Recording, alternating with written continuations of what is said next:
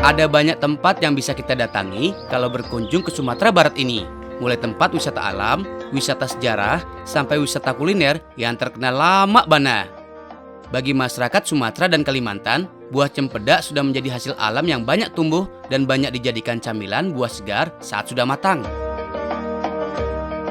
Tapi ternyata tidak hanya itu.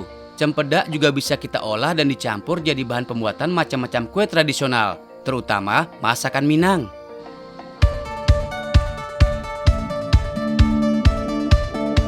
Pak John tidak perlu ragu, soal memanjat saya bisa diandalkan. Tidak mungkin anak Minang tidak bisa memanjat pohon. Apalagi kalau untuk urusan perut, pasti saya perjuangkan. Kata Pak John, kebanyakan cempedak itu tumbuh liar di hutan atau di kebun. Beda sedikit sama nangka yang masih kerabat cempedak yang banyak ditanam di pekarangan rumah. Cempedak ini memiliki pohon yang tinggi bisa mencapai 20 meter dan biasa tumbuh di hutan-hutan dataran rendah. Menurut Pak John, kalau kulit buah sudah agak-agak coklat, terus duri di permukaan buah sudah tidak terlalu tajam, artinya cempedak sudah masak. Tapi karena cempedak muda juga bisa diolah, jadi kita turunkan saja semuanya.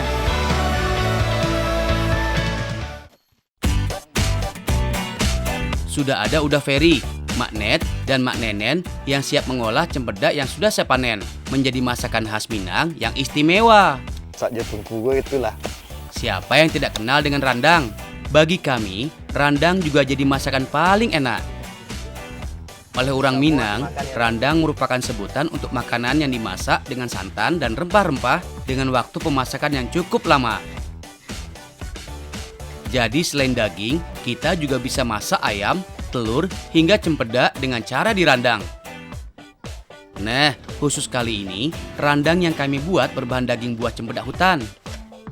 Kupas terlebih dahulu cempedak muda, baru dipotong kecil-kecil sesuai dengan selera. Yang dipakai juga cempedak yang tidak terlalu tua ataupun terlalu muda. Pokoknya yang sedang-sedang saja. Salah satu bahan pembuat randang itu adalah santan kelapa. Seperti kebanyakan makanan Minang ataupun suku di Sumatera lainnya, santan menjadi salah satu bahan penting membuat masakan khas lainnya.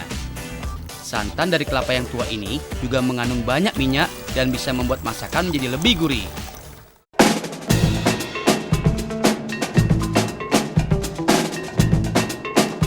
Apalagi randang itu adalah masakan kaya bumbu rempah. Lebih dari 11 jenis rempah menjadi bahan masakannya. Jadi wajar kalau randang itu rasanya enak sekali. Oh, digiling. Pertama, kita giling jahe dan kunyit sampai halus. Barulah ditambahkan bawang merah dan bawang putih. Semuanya dihaluskan. Sebagai penguat rasa, ketumbar dan buah pala juga ditambahkan.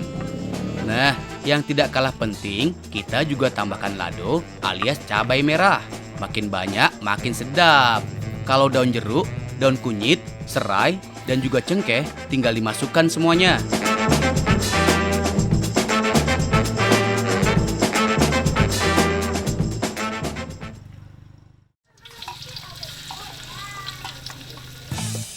Bumbu yang sudah halus tinggal kita masak. Pertama, minyak goreng dimasukkan ke wajan dan ditunggu sampai panas. Lanjut tumis semua bumbu sampai masak dan berwarna kekuningan. Aduk terus. Kalau sudah harum, baru santan kelapa dimasukkan. Nah, kalau masakan sudah mendidih, baru kita masukkan irisan cempedak muda.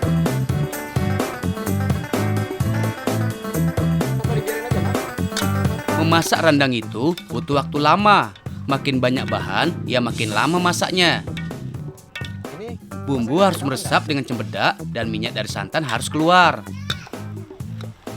Kalau kuah randang sudah berkurang banyak dan bumbu sudah kental menjadi kecoklatan, itu artinya sudah jadi randang muda. Jika kita memasak jadi randang tuo, masakannya lebih lama sedikit sampai bumbu benar-benar kering dan berubah jadi kehitaman. Aku cobain dulu ya, Mak. Jangan masukin ke sana dulu. Masukin si kono. Ya, kan aku yang masak, Bang. Masukin si kono. Kau baru dicoba. Nah.